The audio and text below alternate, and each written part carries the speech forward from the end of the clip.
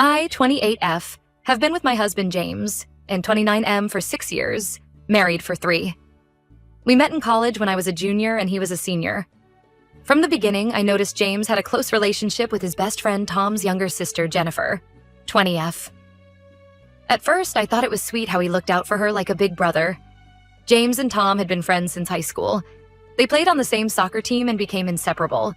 James spent a lot of time at Tom's house, which is how he got to know Jennifer. She was only 11 when they met, and James, being 18 at the time, took on a sort of mentoring role.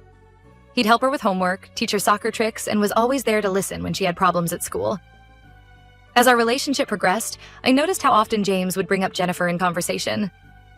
He'd share stories about her accomplishments, laugh about inside jokes they had, and generally speak about her with a lot of affection. I didn't think much of it initially.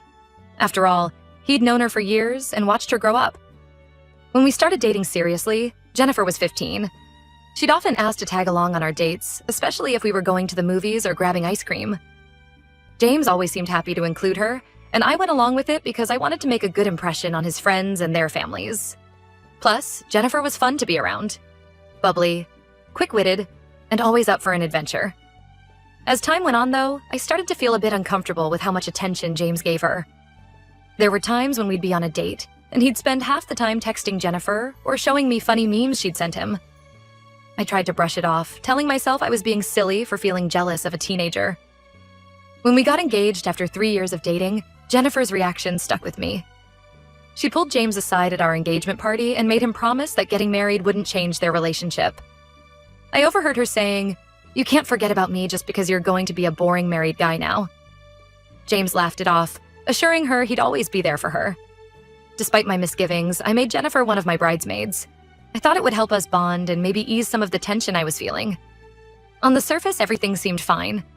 Jennifer was enthusiastic about helping with wedding planning and seemed genuinely happy for us. But there were moments, like when she insisted on having a dance with James at the reception that lasted a bit too long, or when I caught her wearing his jacket at the end of the night. That made me uneasy. Shortly after the wedding, we moved to a different state for James's job. Part of me was relieved to have some distance from Jennifer and the rest of Tom's family. We lost touch with a lot of people back home, and for a while, things were great between James and me. We were. Focused on building our life together, exploring our new city, and settling into married life. But even with the distance, Jennifer remained a presence in our lives.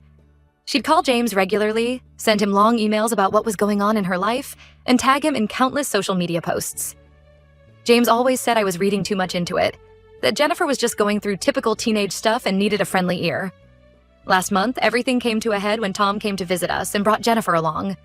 She's 20 now, in her second year of college, and I was shocked by how much she'd changed. Gone was the gangly teenager I remembered. In her place was a confident, attractive young woman.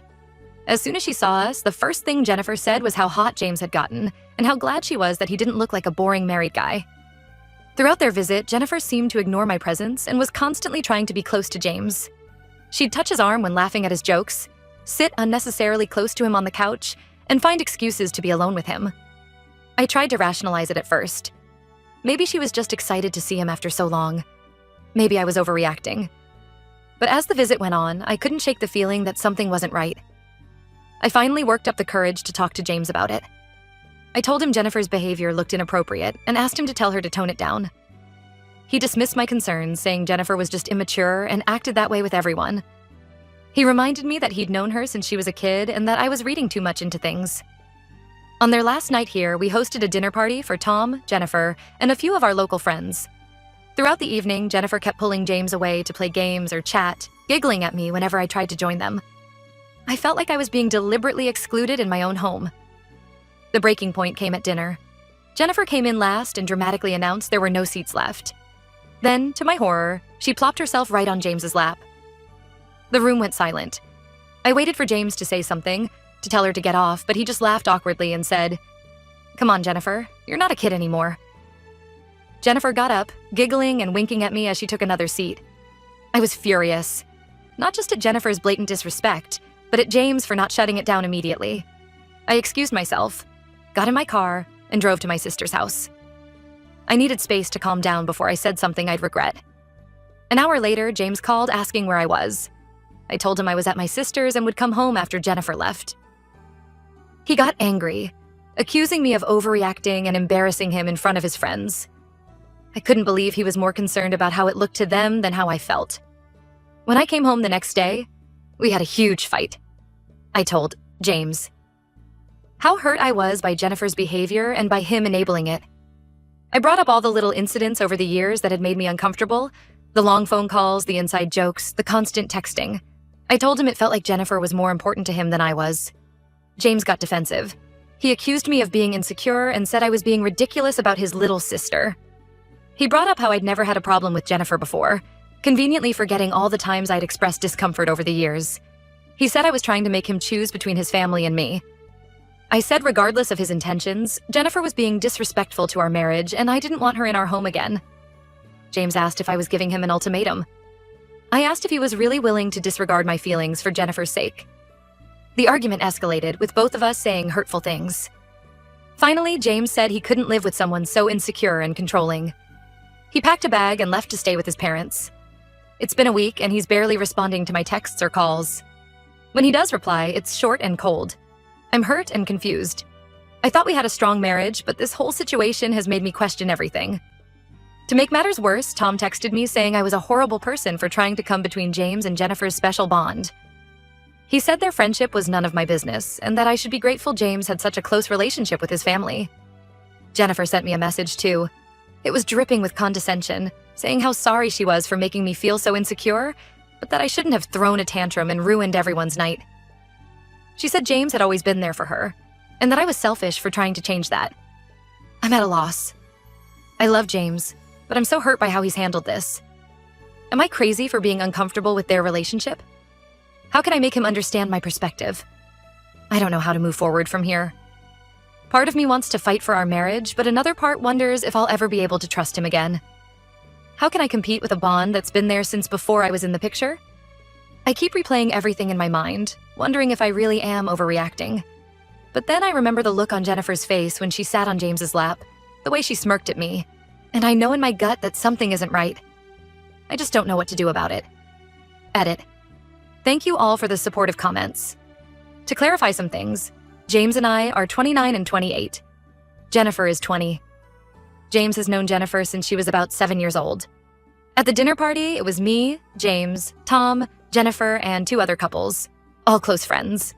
I've reached out to one of the other couples who were there to get their perspective on what happened after I left. Update 1. First, I want to thank everyone for their support and advice. It's been incredibly helpful to get outside perspectives on this situation. The past week has been a roller coaster of emotions, and I'm grateful for this community's support. I spoke with our friends Sarah and Mike, who were at the dinner party. They've been our friends since we moved here, and I trust their judgment. They were very sympathetic and confirmed that things got very awkward after I left.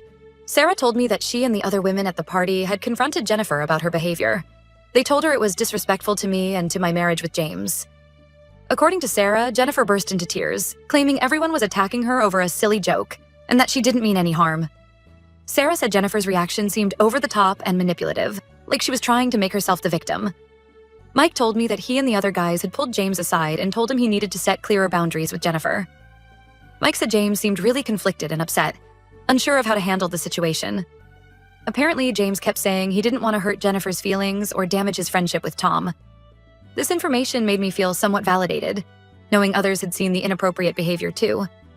But I was still hurt that James hadn't stood up for our marriage in the moment. It bothered me that he seemed more concerned about Jennifer's feelings than mine. I decided to reach out to James's parents to get their take on the situation. His mom, Linda, has always been kind to me, and I hoped she might be able to offer some insight or help. Linda was shocked when I explained what had happened. She had no idea about the dinner party incident or that James was staying with them because of our fight. Apparently, he'd just said we'd had a small disagreement and he needed some space. This hurt me even more. James wasn't even being honest with his parents about why he'd left. As I filled Linda in on the details, including the history with Jennifer, she grew increasingly upset. She said she'd always thought Jennifer's attachment to James was a bit odd, but had assumed it was harmless. Linda shared some background I hadn't known before. Apparently, when Jennifer was younger, her parents went through a nasty divorce. James had been a stable presence in her life during that time, often babysitting her or taking her out to distract her from the fighting at home. While this information helped me understand the roots of their bond, it didn't excuse the current situation. Linda agreed. She was furious when I told her about the lap-sitting incident and James's reaction. She promised to talk to James and try to make him see reason. A few hours later, James called me. He sounded upset and said his mom had read him the riot act. He apologized for dismissing my feelings and admitted that he should have shut down Jennifer's behavior immediately. However, he still maintained that I had overreacted by leaving the party. He said it made him look bad in front of our friends and that I should have talked to him privately instead of storming out. This frustrated me. I felt like he was still more concerned about appearances than my feelings. We argued for a while, with me trying to explain that it wasn't about him or even really about Jennifer. It was about respect for our marriage. I told him I felt like he'd chosen Jennifer's feelings over mine, and that hurt deeply. I brought up all the little incidents over the years, the constant texting, the long phone calls, the inside jokes, and how they had made me feel like an outsider in my own marriage. James got defensive again, saying I was twisting things and that he'd always been faithful to me. He accused me of trying to control who he could be friends with. I reminded him that I'd never had an issue with any of his other female friends, just Jennifer, because of her inappropriate behavior. I also brought up how he'd confided in Tom about our fight but lied to his parents. I asked him why. If he truly believed he'd done nothing wrong, he felt the need to hide the real reason for staying with them. This seemed to catch him off guard, and he struggled to come up with an explanation. The conversation ended with both of us frustrated and no real resolution. James said he needed more time to think and that he'd call me in a few days. I felt drained and disheartened. It seemed like every time we talked, we just went in circles without really addressing the core issues. I'm feeling really lost and conflicted. On one hand, I'm glad James finally seems to be taking my concerns somewhat seriously. On the other hand, I'm hurt that it took his mother's intervention for him to even consider my perspective. And I'm still angry that he seems more concerned about maintaining his relationship with Jennifer than addressing the damage to our marriage. I've decided to stay with my sister for a while longer. Being in our house alone just makes me sad and anxious. My sister has been incredibly supportive, reminding me that I deserve a partner who puts our marriage first. She's been helping me process my feelings and think through what I want for my future. I find myself replaying moments from our relationship, wondering if there were signs I missed. I remember how James would light up when Jennifer called, how he always seemed to prioritize her needs. I think about all the times I swallowed my discomfort because I didn't want to seem jealous or controlling. Now I wonder if I should have spoken up sooner. I'm trying to stay strong and not cave just because I miss James. I know we need to fully address this issue if we have any hope of moving forward. But I'm scared that maybe our values and priorities are just too different to reconcile. I love James, but I don't know if I can be with someone who doesn't put our marriage first. For now, I'm taking things day by day. I'm focusing on self-care and leaning on my support system. I've even started seeing a therapist to help me process everything. I know I need to be in a good place mentally before I can make any big decisions about my marriage. I'll update again when I have more news. Thank you all again for your support and advice during this difficult time. It means more than you know. Update 2. It's been about 2 weeks since my last update, and a lot has happened. I've been doing a lot of thinking and soul-searching, trying to figure out what I want and need from my relationship. James finally came home after staying with his parents for over a week. We had a long, intense conversation about everything that had happened. He admitted that his mom and dad had really made him think about his behavior and how it must have looked from my perspective. He apologized sincerely for dismissing my feelings and for not setting clear boundaries with Jennifer. He said he'd been blind to how her behavior had changed as she got older, still seeing her as the little girl he used to babysit. James acknowledged that he should have shut down her flirting immediately, and that he'd let things go too far out of a misplaced sense of loyalty to his friend's family. I appreciated his apology, but I told him I was still hurt by how quickly he'd left when we argued, and how he'd seemed more concerned with Jennifer's feelings than mine. We talked for hours, really digging into our issues around trust, respect, and priorities in our marriage. One thing that came out of our conversation was that James had always felt a sense of responsibility for Jennifer. He shared more details about her parents' divorce when she was younger. Apparently, it had been really ugly, with a lot of fighting and Jennifer often caught in the middle. James had been a stable presence in her life during that time, often being the one to pick her up from school when her parents were too busy arguing, or letting her hang out at his house when things were bad at home. While I could understand that history, I stood firm that it didn't excuse Jennifer's current behavior or James's enabling of it. I told James that for us to move forward, he needed to set clear, firm boundaries with Jennifer and prioritize our marriage. We also talked about how James had confided in Tom, but lied to his parents about why he'd left. James admitted he was embarrassed and didn't want his parents to think badly of him.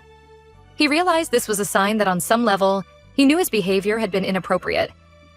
James agreed that changes needed to be made. He said he'd already spoken to Tom about the situation. Apparently, Tom was mortified when he heard the full story of what happened at the dinner party. He apologized to James for his angry text to me and promised to have a serious talk with Jennifer about her behavior. As for Jennifer herself, James showed me a message he'd sent her. In it, he explained that her behavior had been inappropriate and disrespectful to our marriage. He told her that while he cared about her as a family friend, he needed to create some distance in their relationship out of respect for me and our marriage. He made it clear that any future interactions would need to include me and maintain appropriate boundaries. Jennifer's response was pretty immature. She accused me of manipulating James and trying to cut her out of his life. She said some nasty things about me and our relationship, claiming that I was insecure and controlling. James shut it down immediately, telling her that this was his decision and that he wouldn't tolerate her disrespecting me or our marriage. I felt proud of James for finally standing up to Jennifer, but I'm still struggling to fully trust him again. The whole situation has brought up a lot of insecurities and doubts that I didn't even realize I had. I told James that while I appreciated the steps he was taking, it would take time for me to feel secure in our relationship again. We've agreed to try couples counseling to work on our communication and rebuild our trust.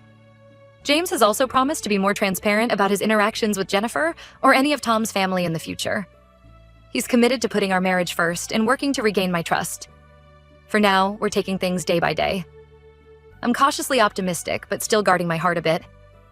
I know it will take time to fully heal from this, but I'm glad we're both committed to working on our marriage. I'm still staying with my sister for now, but James and I are spending time together each day. We're trying to reconnect and remember why we fell in love in the first place. It's been nice to just talk and laugh together without the shadow of this drama hanging over us. I'll update again if there are any major developments. Thank you all again for your support and advice throughout this difficult time. It's been a challenging journey, but I feel like I'm starting to see a way forward. Update 3. It's been about a month since my last update, and I wanted to share some final thoughts on this situation. A lot has happened, and while things aren't perfect, we're making progress. James and I have been attending couples counseling regularly, and it's been really helpful in improving our communication and understanding each other's perspectives better. We've had some tough conversations, but I feel like we're finally on the same page about priorities in our marriage. One major development is that James has decided to go low contact with Tom's entire family, including Jennifer. He realized that maintaining such close ties with them was causing unnecessary stress in our relationship. He's told them that while he values their friendship, he needs to focus on our marriage right now. Tom was understanding and respectful of James's decision. He apologized again for his initial reaction and said he hoped we could all move past this eventually. Jennifer, on the other hand, didn't take it well. She sent a series of angry messages to both of us, accusing me of manipulating James and ruining their friendship. She said some pretty hurtful things, bringing up private moments she'd shared with James over the years and implying that their bond was stronger than our marriage. James shut it down firmly, reiterating that this was his choice and that her behavior was exactly why he needed distance. He blocked her number and social media accounts, which I appreciate. It shows he's serious about setting boundaries. I'm proud of how James has handled things, but I'd be lying if I said everything was perfect now. I still have moments of insecurity or doubt, especially when I think about how quickly James was willing to dismiss my feelings initially. There are times when I wonder if he's truly changed, or if he's just saying what he thinks I want to hear. We're working through these issues in counseling, and I can see real effort from him to rebuild my trust. He's been more open about his day-to-day activities, checking in with me regularly, and making a point to prioritize our time together. We've also been working on strengthening our own relationship, spending more quality time together and really focusing on each other. We've started a weekly date night where we try new restaurants or activities in our area. It's been nice to reconnect without the shadow of this drama hanging over us. As for me, this whole experience has taught me a lot about standing up for myself and my boundaries. I'm glad I didn't just sweep my feelings under the rug or let myself be gaslit into thinking I was overreacting. I've been working on being more assertive in other areas of my life too, and it feels empowering. I've also realized the importance of having my own support system outside of my marriage. My sister and friends have been invaluable throughout this process, offering a listening ear and outside perspective when I needed it most. There have been some unexpected consequences of this situation. Some of our mutual friends have taken sides, with a few suggesting I should just get over it and stop being so insecure. It's been hurtful, but it's also shown me who my true friends are. I know we still have work to do, but I'm cautiously optimistic about our future. James seems committed to making our marriage work, and I'm trying to open myself up to trusting him again. It's a slow process, but we're taking it one day at a time. Thank you all again for your support throughout this journey. Your advice and perspectives were invaluable in helping me navigate this difficult situation. I've learned so much about myself and what I need in a relationship. Whatever the future holds, I know I'll be okay.